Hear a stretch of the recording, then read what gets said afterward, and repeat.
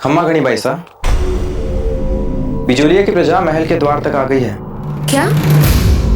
फिर से? हमें तो लगा था कि दशहरे के इस अवसर पर वो कुछ समय के लिए अपना सारा दुख भूल जाएंगे। नहीं भाई साहब, प्रजा का दुख बजाय मिटने के उल्टा आक्रोश बन के भड़क उठा है। आपके सामंत भाई बलवंत भी अपनी ओर से इस उपद्रवी भीड़ को शांत करने का पूरा प्रयास कर रहे हैं, किंतु उन्हें भी आंशिक सफलता ही मिल पा रही है भाई साहब। लगता है मेवाड़ की निष्ठुरता को सहन नहीं कर पा रही है बिजोलिया की प्रजा।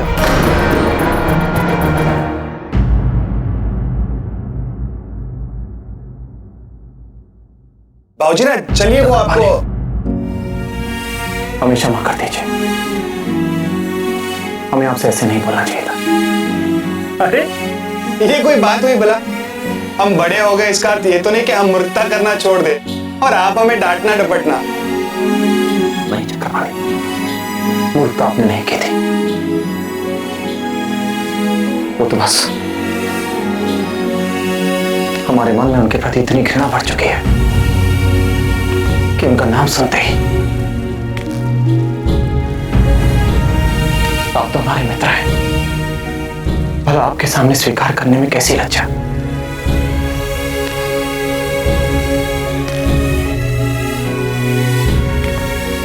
अब ये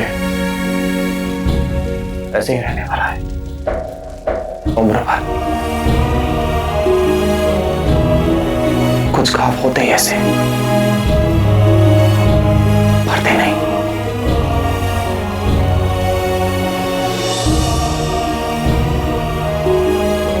हरे के हरे रह जाते।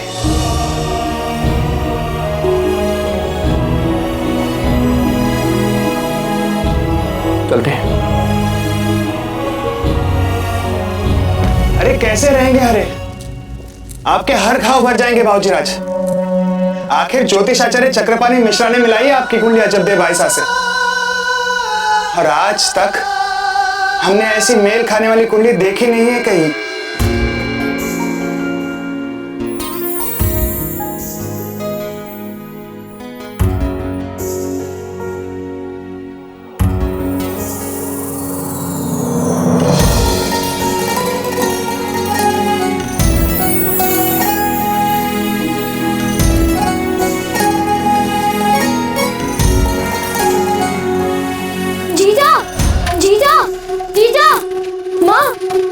जीजा कहाँ है? वे तैयार हो रही है बलवंत। माँ, जीजा कैसे इतने क्रोधित लोगों को शांत करवा देती है? पता है, हमें तो बहुत डर लगता है, जबकि हम सामंत हैं। क्या जीजा बचपन से ही ऐसी है? ऐसी बात नहीं है बलवंत। बचपन में तो अजबदेव भी बहुत सहमी सहमी रहती थी, बहुत संवेदनशील थी, किंतु आपके दादा के निधन के बाद समय ने उन्हें पूरी तरह से बदल डाला। अब तो आपके लिए हमारे मन में केवल घृणा ही रहेगी अजबदेव। प्रेम मर गया है। विवश कर दिया उन्हें दृढ़ व्यक्तित्व और सुलझी हुई शतरानी बनने पर, जिस पर बिचौलिया की प्रजा विश्वास कर सके, सम्मान करे। तो क्या अब जीजा संवेदनशील नहीं रही जैसी वह बचपन में थी? भावनाएं तो आपकी जीजा में आज भी, किंतु शायद उन्हें छिपाना सीख लिया है उन्होंने।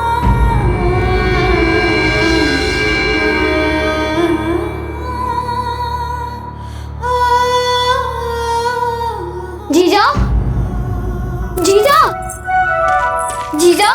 बलवंत, हमें पता चला कि हमारी बिचौलिया की प्रजाजन आक्रोश, विद्रोह और अराजकता का रूप ले रही है, लेकिन आप चिंता मत कीजिए, हम ये स्थिति संभाल लेंगे। पर जीजा, अचानक हमारी प्रजा ऐसी कैसी हो गई? हम समझाते तो कोई हमारी बात ही नहीं सुनता। सामंत तो हम है ना, पर सिर्फ आपकी ही सुनते। बलवंत, हमने आपको पहले भी कई बार समझाने का प्रयास किया है कि प्रजा को अगर पद और अधिकार में रहकर मिलेंगे तो प्रजा से कभी मिल ही नहीं पाएंगे, पर पद और अधिकार उसके उपरांत भी यदि आप उनसे विनम्रता से मिलेंगे, संवेदनशीलता से उन्हें सुनेंगे तो प्रजा भी आपकी हर एक बात सुनेगी। जीजा, आपने जैसा कहा हमने वैसे कई बार किया। हम प्रजा के पास भी गए, एक बच्चे के सिर पे हाथ भी फेरा, और हम कर भी क्या सकते हैं? और हम उनके जैसे वस्त्र तो नहीं पहन सकते ना? नहीं भाई, आपको थोड़ी प्रतीक्षा करनी होगी। आप थोड़े बड़े हो जाए, तब तक आपकी प्रजा के सुख दुख के लिए हम हैं। पर माँ कहाँ पर है?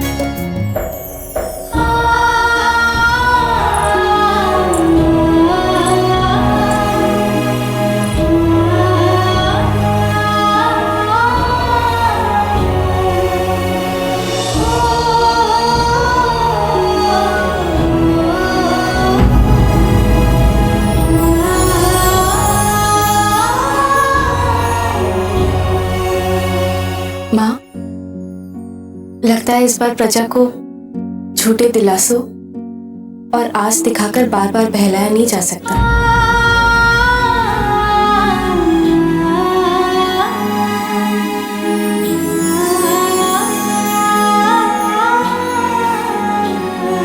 लगता है माँ, आप पूरे मन से प्रजा के साथ हैं। हाँ तो गलत कहाँ है हमारी प्रजा?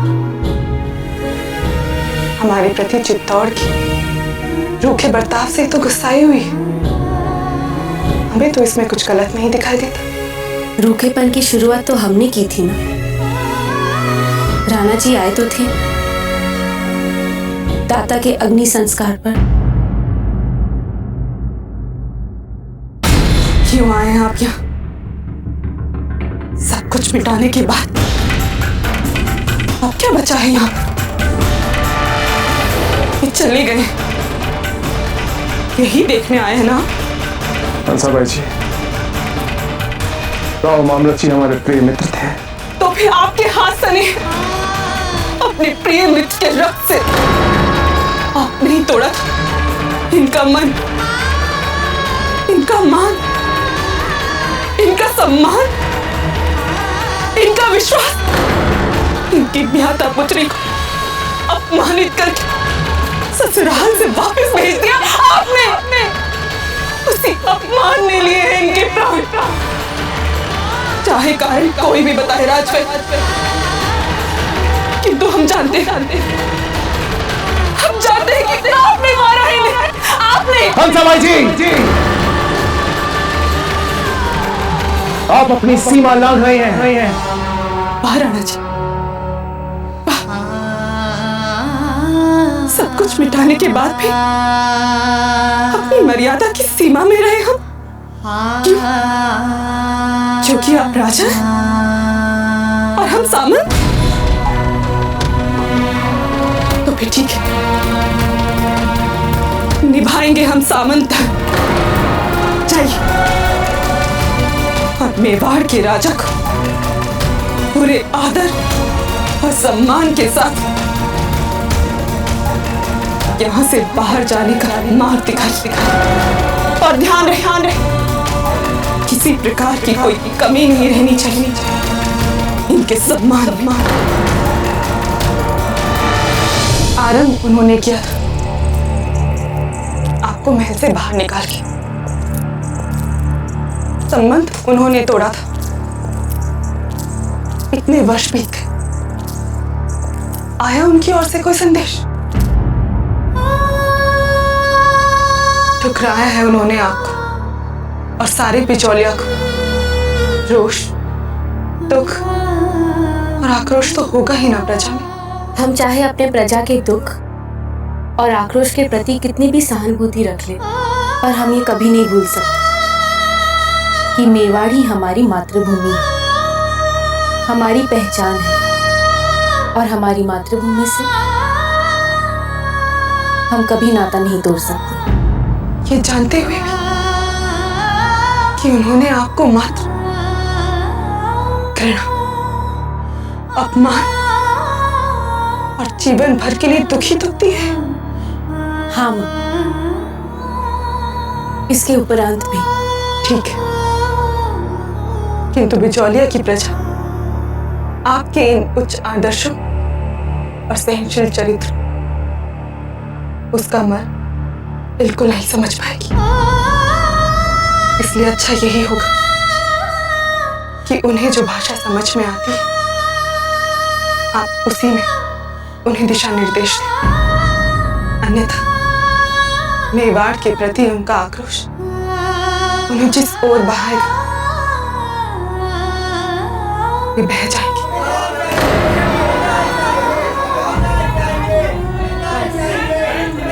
चले माँ।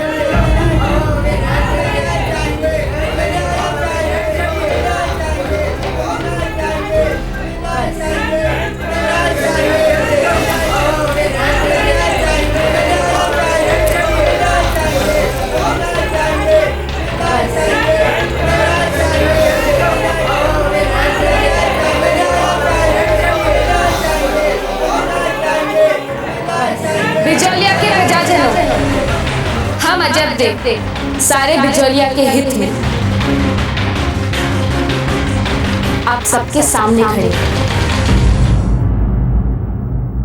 हम जानते हैं कि आप सब यहाँ क्यों आए हैं। एक बार फिर अफगानों ने हमारी बिजौलिया की सीमा का अतिक्रमण कर हमारे पशुधन को लूटने का प्रयास किया है।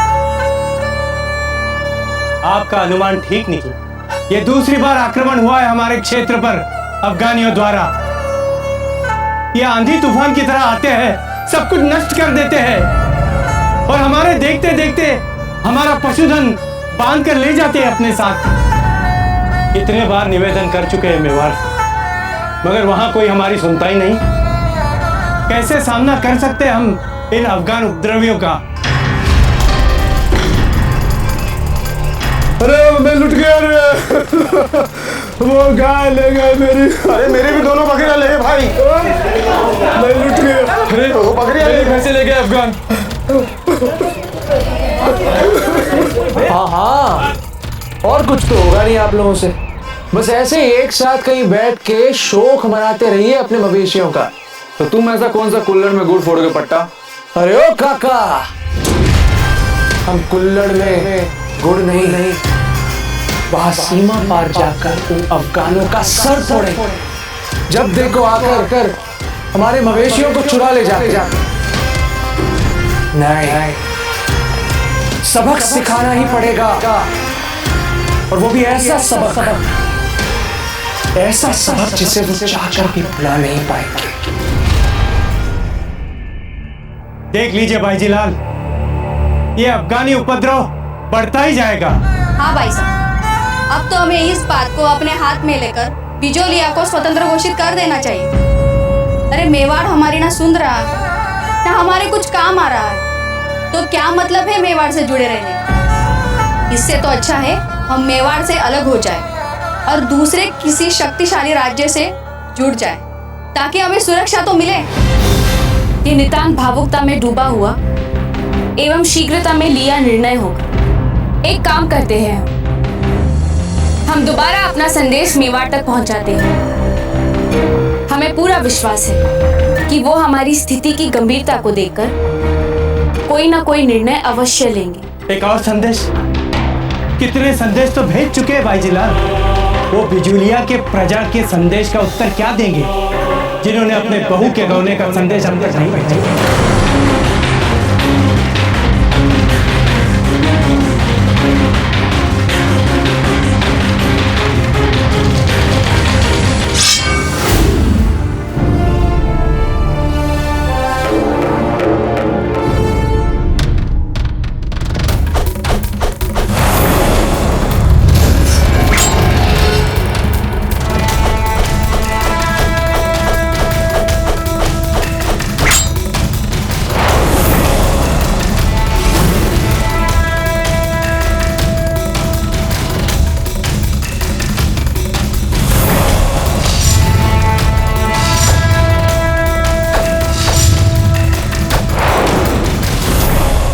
चांद, ये आपके टूटे हुए माला के सारे मोती। चांद,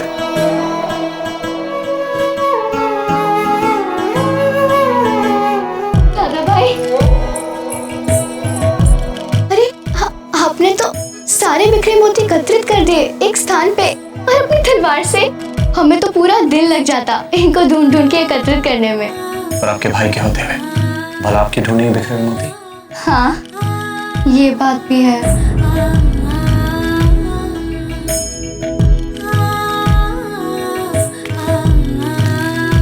अब क्या हुआ चांद? हमारी ये माला तो टूट गई है ना। रावण दहन तक कैसे जुड़ेगी ये? मतलब रावण दहन में हम अपनी माला पहन ही नहीं पाएंगे, जबकि रानी माँ की कठोर निर्देश है कि हमें अपनी माला पहन के जाना है। अर्थात सोचने की बात यह है कि इन विद्रोही बिखरे हुए मोतियों की माला को एक साथ एक धागे में कैसे भिगोया जाए। हमें क्षमा कीजिए भाई जीलाल, हमारी मंशा आपका अवमान या आपको दुख देने की नहीं थी। हम सब मेवाड़ के व्यवहार से दुखी।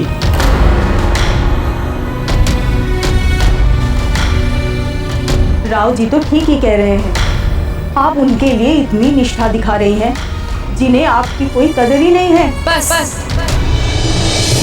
बहुत हो गया।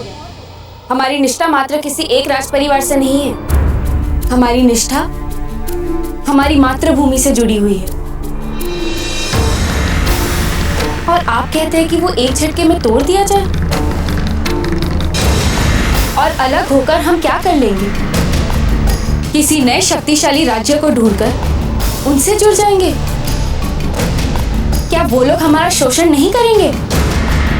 और इसीलिए तो हम बस यही कह रहे हैं कि हम एक बार फिर से अपना संदेश मेवाड़ तक पहुंचाएंगे। माजी साहब, क्या आपको लगता है हमें अभी भी करना चाहिए भरोसा मेवाड़ पर? हमें भी वही सही लगता है जो आप सबको लगता है। और सच कही तो इनके निर्णय सदा सही रहे, और ये बात तो इनके दाता भी मानते थे। इसीलिए ये जो निर्णय लेंगी वो ठीक रहेगा। पर संदेश कौन ले जाएगा चित्तौड़? हम में से तो किसी की मंशा नहीं उस धरती पर पांव रखने की। आपकी इच्छा के विरुद्ध हम आपको आज जाने भी नहीं देंगे। हम जानते हैं एक व्यक्ति को जो हमारा संदेश चित्तौड़ तक पहुंचाएगा। हमारा मुंह बोला भाई पट्टा।